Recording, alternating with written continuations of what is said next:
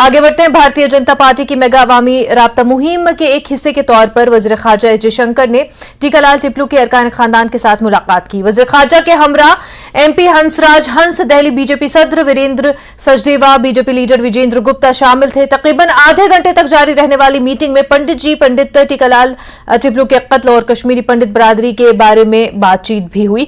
मुलाकात के बाद वजीर खारजा ने कहा कि दफा 370 के खात्मे के बाद जम्मू कश्मीर के हालात बदल गए हैं। हुकूमत कश्मीर पंडित बरादरी के लिए पुरअज़्म है। आशुतोष टिपलू ने न्यूज़ 18 से बात करते हुए कहा कि वज़ीर ख़ारजा से मुलाकात में पंडित टीकालाल टिपलू के कत्ल और पंडितों को दरपेश मसाइल पर बात हुई। इस दौरान कश्मीरी पंडितों को मिलने वाली माहाना माली इमदाद को 13,000 रुपए से बढ़ाकर 25,000 रुपए करने की अपील की गई।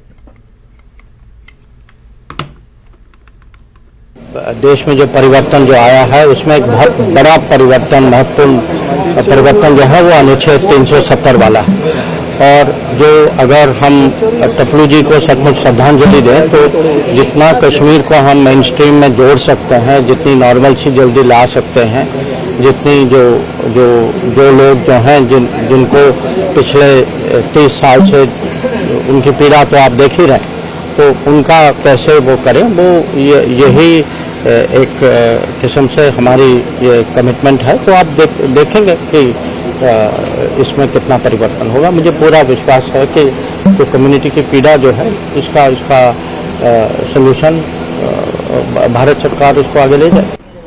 विदेश मंत्री एस जयशंकर ने टपलू फैमिली से आज मुलाकात की है। टीकालाल टपलू जो जम्मू कश्मीर में बीजेपी के बड़े नेता थे, जिनकी 80 की दहाई में हत्या कर दी गई थी। हमारे साथ ज्यादा बातचीत के लिए हैं आशुतोष टपलू। आशुतोष जी, क्या बातचीत हुई, किस तरह की चीजें डिस्कस हुई? क्योंकि अगर देखें तो बहुत सारी मांगे हैं, बहुत सारी चीजें हैं जो कहीं ना कहीं सरकार से जुड़ी हुई है। देखिए, मैं जयशंकर जी का धन्यवाद करता हूं कि उनको आज भी टपलू फैमिली याद है। उनको अपने साथी नेशनल एक्जीक्यूटिव कमेटी मेंबर जो टीकालाल टपलू जी थे उनके बारे में याद है।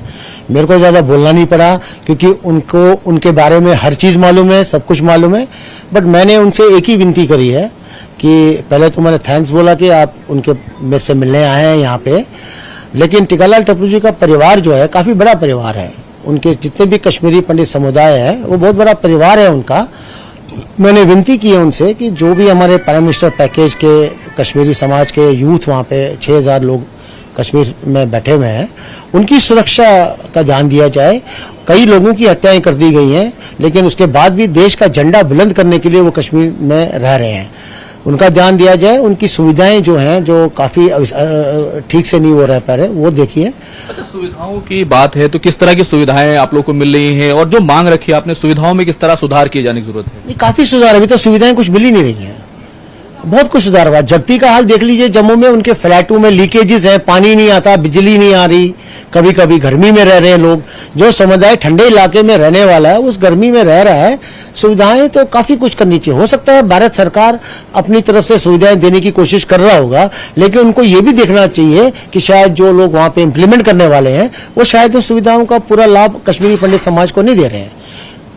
कोई मदद मिलती है अभी तक किसी तरह की, और उसमें कुछ बढ़ोतरी की मांग आपने रखी? देखिए, लगभग 50% ऐसे व्यक्ति हैं कश्मीर में पंडितों में जो लोग रिलीफ के ऊपर ही डिपेंड रहते हैं। मैं इसको रिलीफ नहीं मानता हूं, एक तरीके से ये देखता हूं कि ये एक कंपनसेशन भी नहीं कहूंगा, ये मैं कहूंगा कि हेल्प करने की कोशिश कर रहे हैं जो अपने ही देश में विस्थापित रह रहे हैं लोग। बड़ा अजीब सा लगता है कि मैं भारत का रहने वाला हूं, पाकिस्तान में विस्थापित नहीं हूं, मैं अपने देश में ही विस्थापित हूं, लेकिन उनको जो 13,000 रुपए की राशि दी जाती है 4 लोगों को, वो बहुत कम है। 13,000 रुपए में कोई परिवार नहीं पल सकता है। कम से कम उसको 25,000 रुपए किया जाए। जयशंकर जी ने प्रॉमिस किया है कि ये सब बातों के बारे में सीरियसली विषय में बातें करेंगे और मुझे उम्मीद है इस चीज के बारे में सीरियसली सोचेंगे। 89 का जो साल है वो जिसमें बलिदान दिया टपलू जी ने, क्या उन तमाम बातों की जानकारी तमाम लोगों को थी? क्या अजय शंकर जी को थी? और क्या हालात थे उस समय के वहां जो आप पिताजी थे आपके, वहां वो बने रहे, हालांकि कई धमकियां भी मिल रही थी? देखिए, जयशंकर जी को उनके बारे में सब कुछ मालूम है। उनको ये भी पता था कि उन्होंने अपनी फैमिली को दिल्ली में छोड़ा, वापस चले गए। हमने समझाने की बहुत कोशिश करी कि आपको खतरा है, आपके ऊपर ऑलरेडी अटैक किया गया है, लेकिन वो कह रहे थे मैं इनके नीचे झुकने वाला नहीं हूँ, मैं डरने वाला नहीं हूँ।